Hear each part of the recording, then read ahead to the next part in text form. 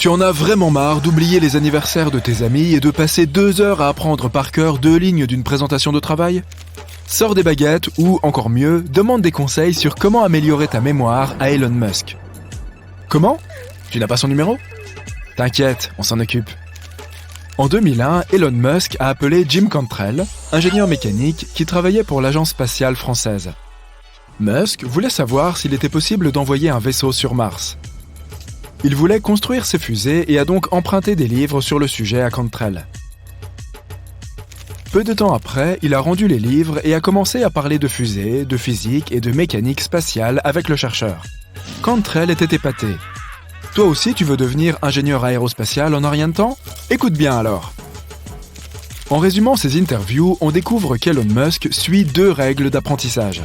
Tout d'abord, il faut être sûr de cultiver son propre arbre de connaissances. Si tu veux dépasser tes limites, commence donc par le tronc et les grosses branches. Et une fois que c'est fait, passe aux feuilles. C'est là que tu te dis « Mais de quoi il parle ?» Imaginons que tu étudies une nouvelle langue. Avant de mémoriser des mots singulièrement, tu devrais commencer par des règles générales. Quand tu apprends et mémorises ces règles, tu construis un tronc de connaissances solide. Ça fonctionne pour tout. De la physique aux tendances sur TikTok. La deuxième règle, c'est que tu ne mémorises pas ce que tu ne peux pas mettre en lien. Elon Musk n'apprend rien au hasard.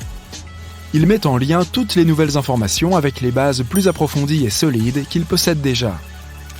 Donc, au lieu de capter des bribes de notions et de les jeter dans un feu qui va se consumer tôt ou tard, tu dois comprendre comment connecter les feuilles et les branches de tes arbres de la connaissance pour les faire fleurir. Pour faire en sorte que tes arbres poussent, tu dois t'entourer de personnes qui sont les meilleures dans leur domaine. Tu ne peux pas inviter les meilleurs cerveaux du monde pour un barbecue ? Essaye de les rendre au moins virtuellement présents dans ta vie. Regarde leurs interviews, écoute des podcasts et lis le plus possible. Musk recommande des livres sur les génies de l'histoire, mais de s'adonner au plus de lectures possible en général. Quand il avait 9 ans, il s'est lancé dans la lecture de toute l'encyclopédie Britannica. Puis, il est passé aux livres de science-fiction. Il lisait environ 10 heures par jour. Si lire n'est pas ta tasse de thé, je pourrais te suggérer de serrer les poings, ou d'autres idées peu conventionnelles pour booster ta matière grise. 99% de la population mondiale utilise sa main dominante. Tu utilises quelle main, toi, d'ailleurs ? Oui, celle que tu utilises pour écrire, pour manger ta soupe, pour peindre, etc. Essaye de passer à ton autre main de temps en temps pour entraîner tes connexions neuronales. Ton cerveau et ta mémoire en seront d'autant plus efficaces. Utilise ton autre main pour te brosser les dents, pour nettoyer ou pour faire la vaisselle. Ça paraît compliqué les premières fois, mais c'est parfait pour pousser le cerveau à s'adapter. Répète cet exercice régulièrement.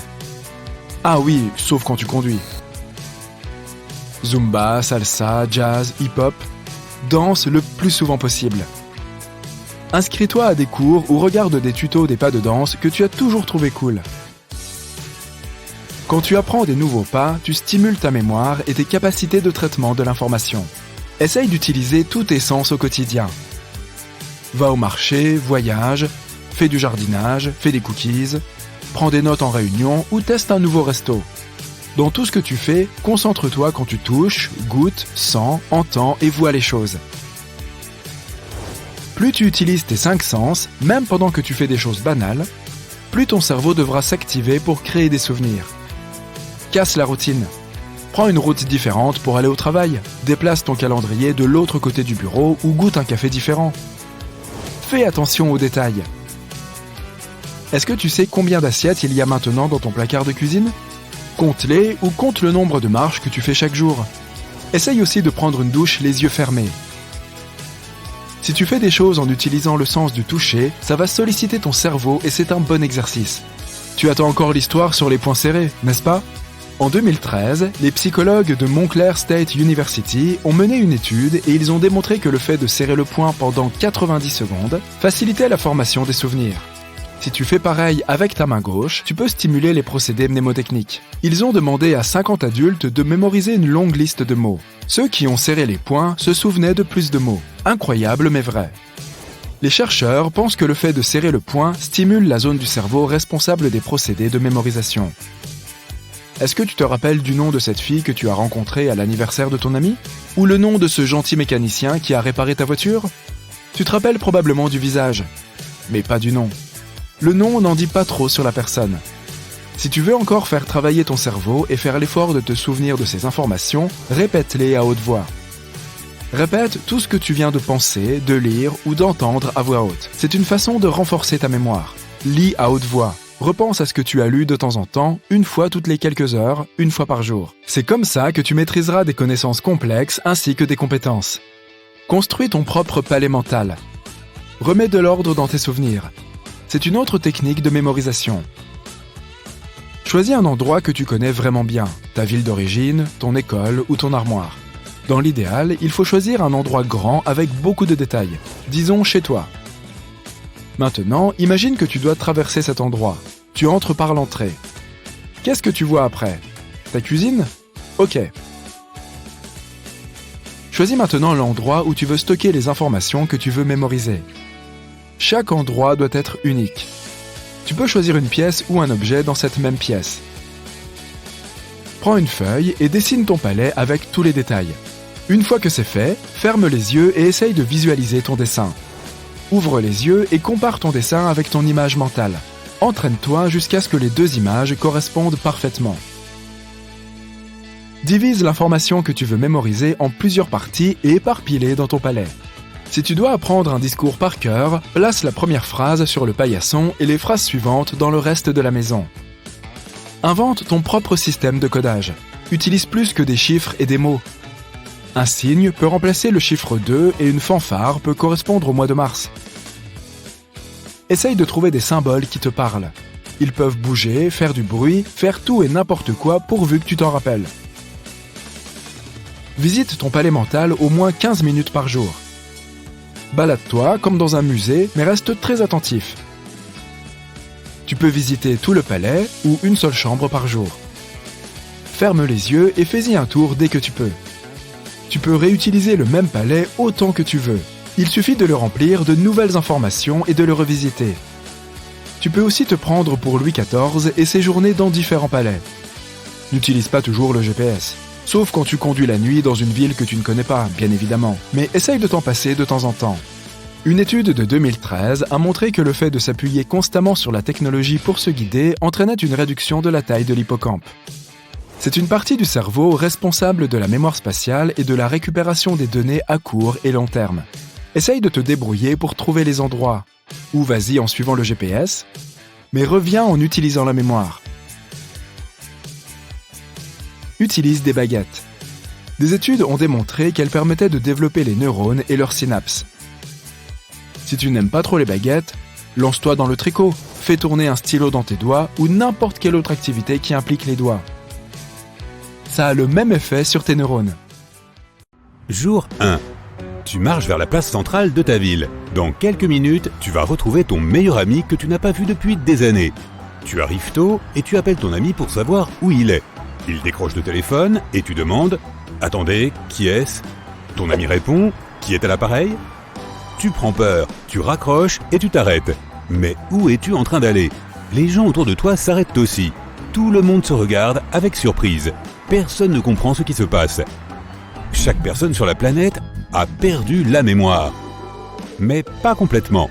Tu sais que tu es un être humain vivant au XXIe siècle dans une société civilisée.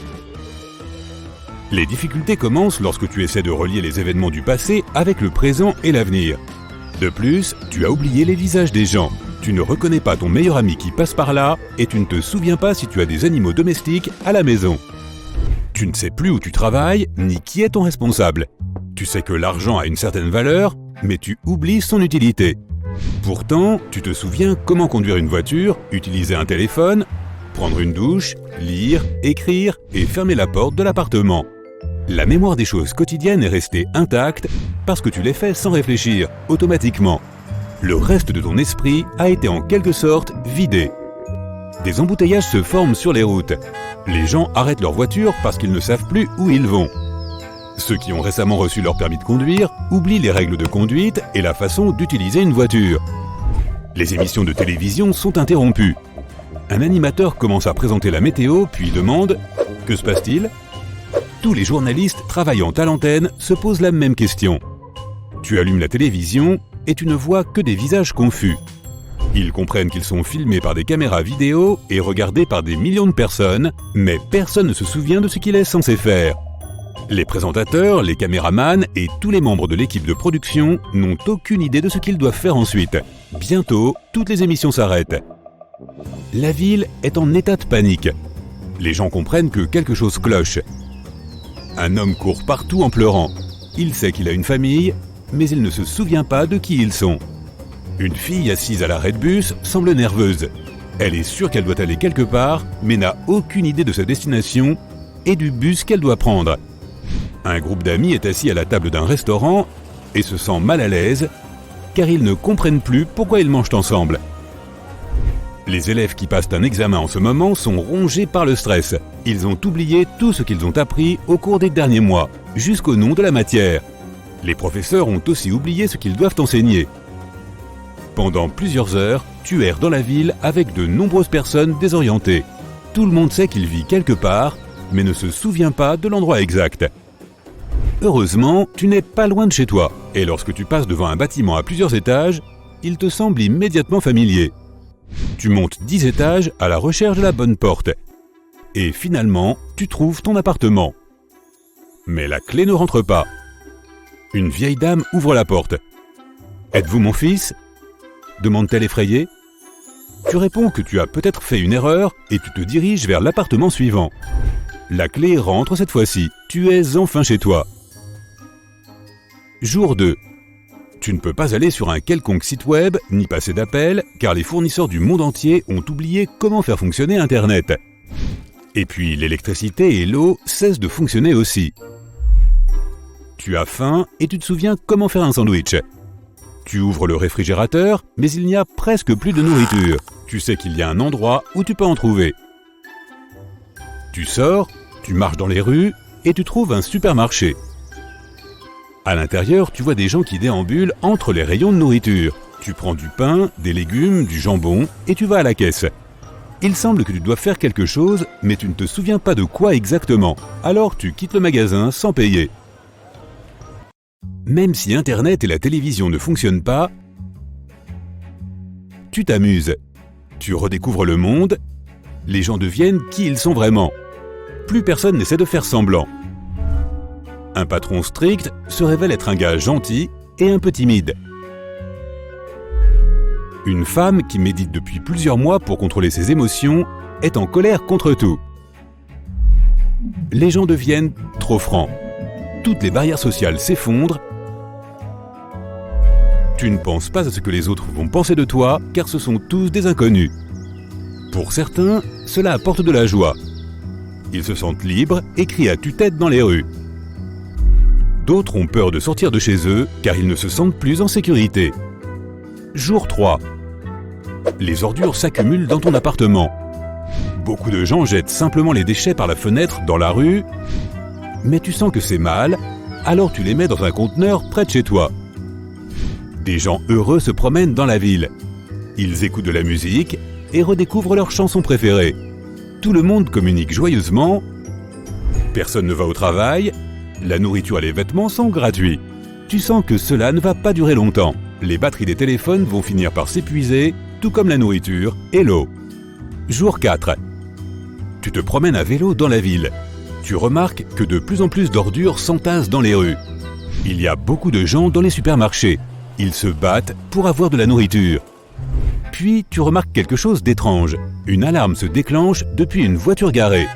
Le passant prend peur et donne un coup de pied à la voiture. « À quoi tu sers ?» demande-t-il énervé. Il semble que la perte de mémoire s'aggrave.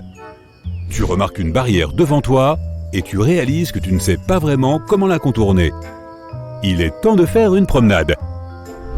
Au bout d'une heure, tu réalises que tu ne sais pas où aller.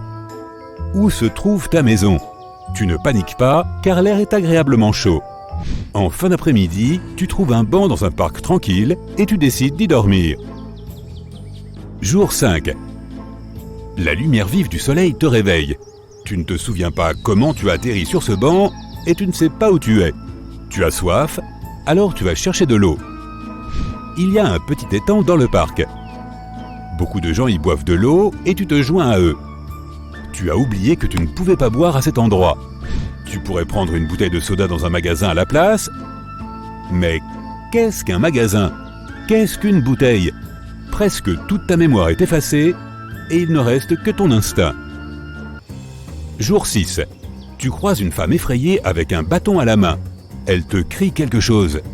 Tu veux lui demander ce qui s'est passé, mais tu ne sais plus parler.